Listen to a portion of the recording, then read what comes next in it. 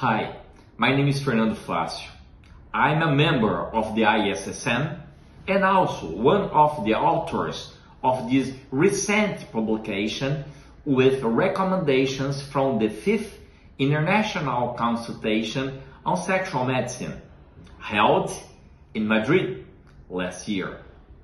I would like to share with you this article published in the Sexual Medicine Reviews that address infection, inflammation, and sexual function in male and female patients.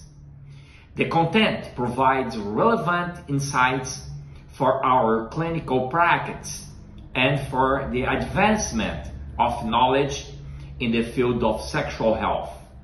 I invite everyone to read and reflect on the recommendations presented in this article. Good reading.